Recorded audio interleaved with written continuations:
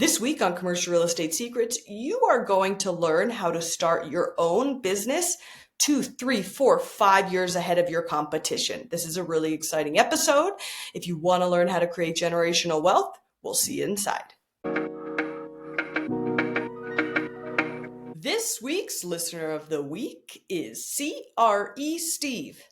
Steve, if that is your real name, thank you so much for leaving us a 5-star review. And for those of you listening, if you leave us a 5-star review below, you might be next week's listener of the week. This week on Commercial Real Estate Secrets, we have Mr. Greg Mohr. Greg is the founder of Franchise Maven, and he is a Wall Street Journal bestselling author of the book, Real Freedom: Why Franchises Are Worth Considering and How They Can Be Used for Building Wealth. If that doesn't pique your interest, I don't know what does. Greg, thank you for being on the show today. Aviva, it's an honor. I appreciate you having me. Greg, tell me, tell the audience who you are, what you do, and how we got here today. Well, Aviva, what I do is I help ambitious entrepreneurs and investors find a thriving franchise fit or flip their business into one on that. So people come to me, they want to go into business for themselves. Don't know exactly how to do it, specifically really through franchising, because that's what I do. I help them avoid and cut through all the confusion of all the various franchises that are out there. How I got here today, we'll keep it condensed because we like to keep these things short. So a long time ago in a land not so far away, I had to get a job as a 16-year-old. I ended up getting a job at Taco Bell. I think I knew the managers. They were hiring at the time, something like that. Turned out, as I moved my way up, that I was actually working for a master franchisor. Her name was Kathy, and she owned about 50 Taco Bells throughout the Sacramento, California area. And I lived in Woodland, a little town close by there. She owned that one as well. So I started helping her build up her teams and her restaurants throughout the Sacramento, California area. And that's when I learned all about franchising. It's like, this is a really cool concept. So fast forward 30 years later, 15 years as a restaurant manager, 15 years as a microelectronic circuit engineer. Finally got out of the corporate world after owning a couple businesses myself on the side and decided I'm going to get back into that franchising thing. That was a lot of fun. So I went out and started searching, found myself a great franchise consultant, never knew they existed at the time. Really made it very easy then for me to find a great franchise, got into that, but really enjoyed what that franchise consultant was doing more than I enjoyed my franchise, because my franchise I actually had to drive around a little bit and the franchise consultant worked from home. And I said, I like that. Working from home sounds like a whole heck of a lot of fun. Teach me what you do. You get to work with all sorts of interesting people all across the United States. That's what I want to do. So sold off my franchise after a couple of years, got into franchise consulting 10, 12 years ago, and haven't looked back since. Wow. So can you explain to me what a franchise is as if I'm a fifth grader? So what a franchise is you're renting out or leasing out their business model. They've got a business model that they have already developed. They've gone through all the trials and tribulations. They've made all the mistakes along the way. And now they've got a step-by-step process of exactly what you need to do to make that business successful. That, in a nutshell, is what a franchise is. And they come in many different shapes and forms. Is there deviation from the plan? Like, say I want to franchise X, Y, or Z, and we'll talk about some companies if you can talk about any well-known franchises. Is there any deviation from the plan, or you stick to the plan, or it's against franchise protocol? I do not know much about franchising, so I'm excited to learn. Excellent question, Aviva, because quite a few people think that, it's just rigid, total rigid. This is exactly what you do, no deviation at all. But no, there's actually some creativity involved with different franchises. It is your business. They give you the guidelines to which to follow. This is what we did to become successful. If you do this, then your chances of becoming successful are that much greater. Now, when a franchise has been around and they've got 100, 500,000 franchisees, there's probably not going to be a lot of leeway from the main office to have you kind of do the things that you think are good. On that, you can bring them up, and that's how franchises develop. If you really want to be more creative, then what you'd probably be looking for is something that's maybe an emerging franchise, maybe has 20 franchisees in it, so that's not quite at its peak yet. on that little more of a risk since it hasn't gotten up to the 100 or more franchisees yet, but you can put more creativity into it. And even with the ones that have been around for a while, I had one person that got into a franchise, a child's education franchise, and she had come from the hotel motel industry. And she said, "You folks are not, hitting up any of the hotels or motels for this. And I think that would be a great area to bring in new clients." And they said, "Well, we never tried that before. Feel free, Wow. go for it." So she went for it. Didn't quite work out as well as she'd hoped. But, there's obviously a reason why they didn't do it. But they had never tried it. So they didn't want to say no. So they let her do it. Didn't work out. So she went back to their model. And then it started, everything clicked in place on that. But you can, and some franchises will allow you some creativity in there. So it's not always strict and rigid. Okay. What are some well-known companies that are franchises that maybe the general public would not have expected? Great question, Aviva, because when you and I drive around, all we see are the brick and mortar franchise. McDonald's, Taco Bell, Meineke, Mako, Supercuts, Great Clips, brick and mortar. What we don't see is a service industry. So, for instance, the Belfour Group. Belfour Group has 1-800-Water Damage, which is a restoration company. Also have hoods. They have ducts that do hoods cleaning, duct cleaning inside of restaurants. Wow. Unless you were paying attention, like at Katrina, for instance, when the Katrina came through and they had all that devastation, unless you were paying attention and watching the news real close, you would not know that Belfour is actually the largest restoration company in the whole wide world, and they'd have to clean up for Katrina. And if you've never needed any restoration done, you would never know about them. That's a huge one. Take the Neighborly Group. They have 20 different franchises in there. The Ground Guys. They have Molly Maids. They have Lawn Pride. Mr. Appliance, Mr. Rooter. They have 20 different ones, and they're the largest home services company in the U.S. today. But if you don't need those services, if you've never looked into them, you would not necessarily know, or maybe you did, but you would not necessarily know that they were a franchise. Authority Brands, Benjamin Franklin Plumbing, Mr. Sparky, 1 Hour Heating and Air Conditioning, Powerhouse Brand, a few hundred franchises in each one of those. We don't necessarily know that unless we look into them. So interesting. What does a regular person need to start a franchise? And how do you get accepted from the franchisor? So, first thing that you need, Aviva, is risk tolerance. It is a business. There's going to be a little bit of a risk to it. You got to realize that. Now, you alleviate some of that risk by getting into a franchise. You alleviate more of a risk by getting into a franchise that has been around 10, 20 years. Still is going to be some risk to it. So, risk tolerance. Second thing, you need to be able to be mentored. You're going to be mentored. Somebody's going to help you grow that business. You need to be able to follow processes and procedures. There's going to be a step-by-step process. That's why you're getting into a franchise in the first place, is to have that step-by-step process. That'll take you to where you want to be on that. And then you have to be a self-starter. You still have to get up in the morning. Franchising is going to call you and say, "Hey, you up yet? Let's get going." You still got to be a self-starter. You still got to do that. So those are the traits that we look for. And I have a little bit of a process that I take people through. And I find if they're not quite going through the process, they're probably not a great ideal candidate for a franchise. Because if they can't follow my simple process, you're not going to be able to follow that franchise's process. And to get accepted into that, enthusiasm about that business. They're looking for enthusiastic people. You don't necessarily have to know anything about the industry or about the business or have any experience in it at all. That's going to vary a little bit by franchise, because when I look at people's backgrounds, where have they been, what kind of skill set do they bring to the table, what skill set is that franchisor looking for in a great and a successful franchisee. So if you do it yourself, then that's something you're going to need to look at. When you're working with me, I do that for you.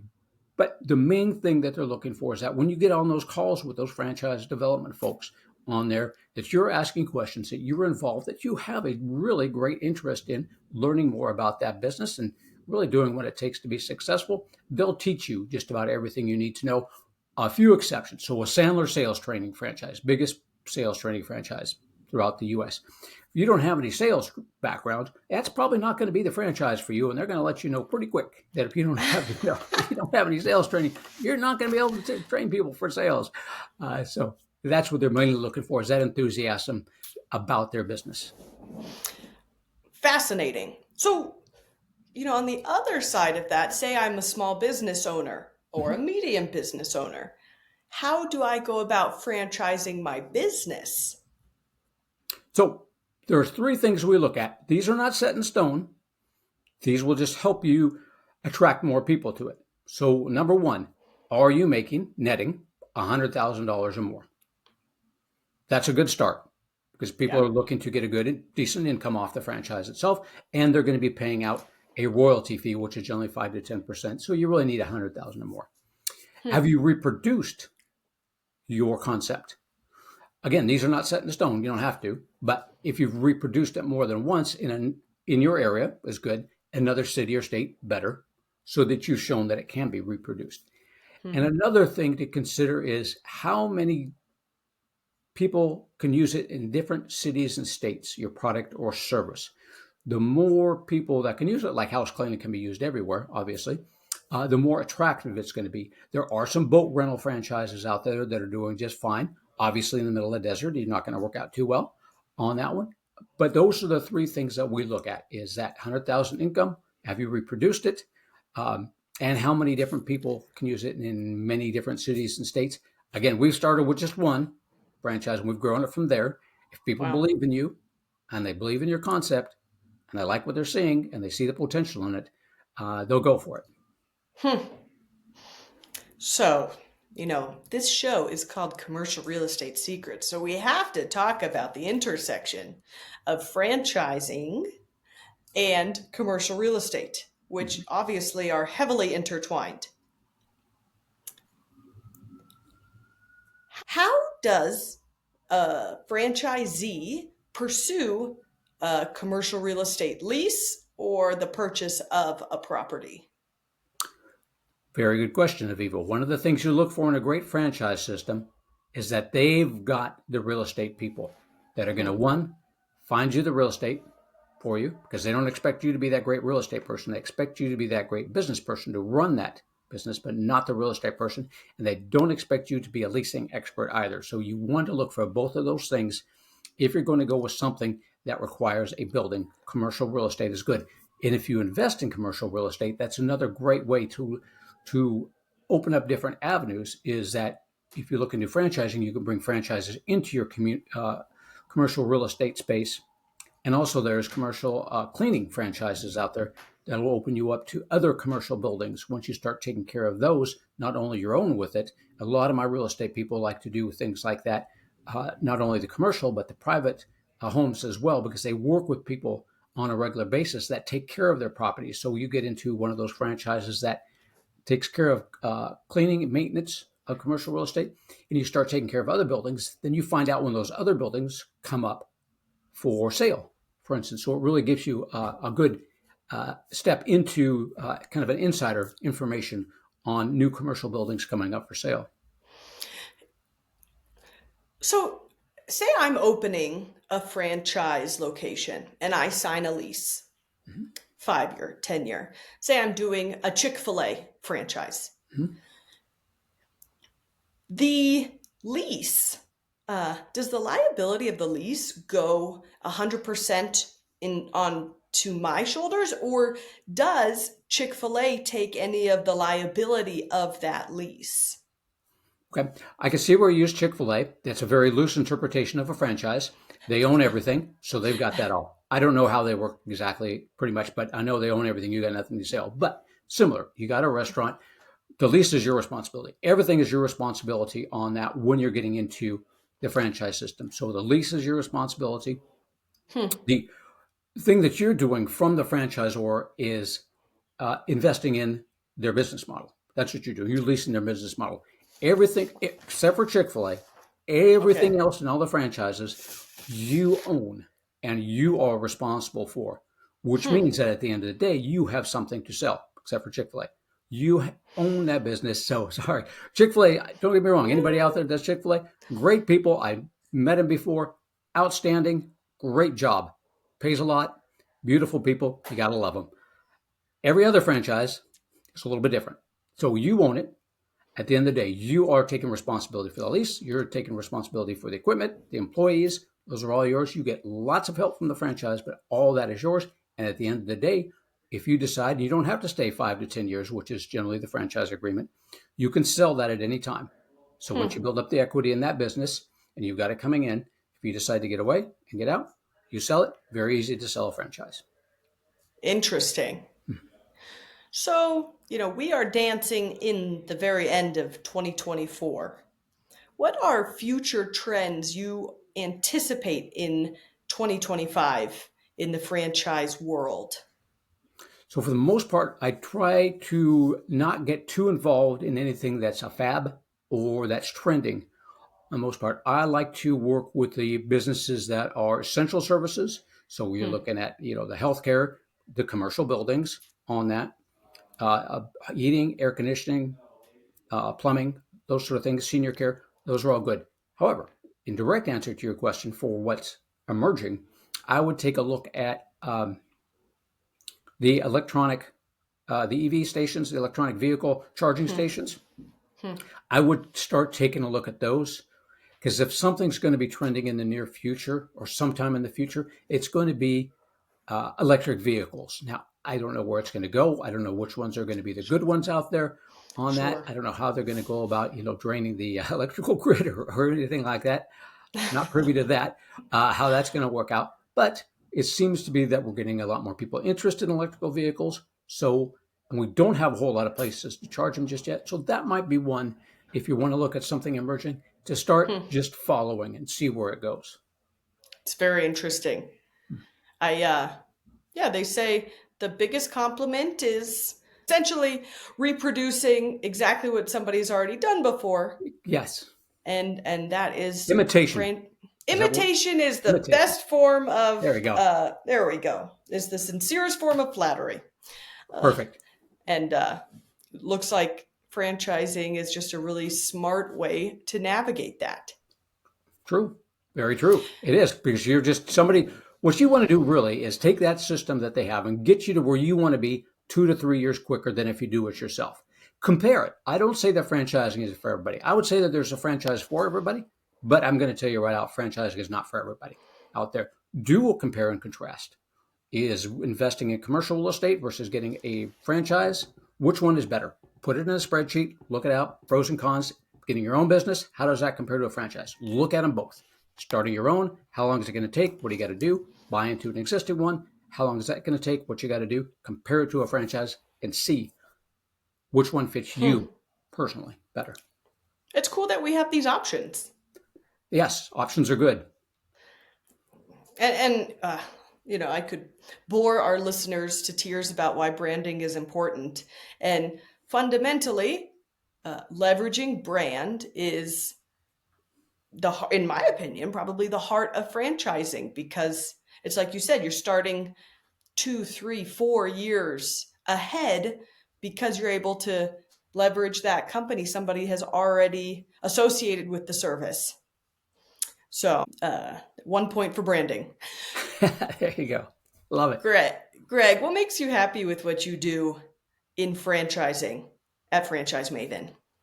When I hear my people, so I was just talking with a couple the other day that in the franchise development person, I put a couple people that were real estate investors, and they wanted to get into it. They got into or they were looking at a Mr. Sparky from Authority Brands, and the husband wanted to do this thing part time. So we started going through the process on that. A wife was there too, and she was kind of in the background. She handled uh, real estate properties, real estate investments, and she had good questions, but was kind of in the background.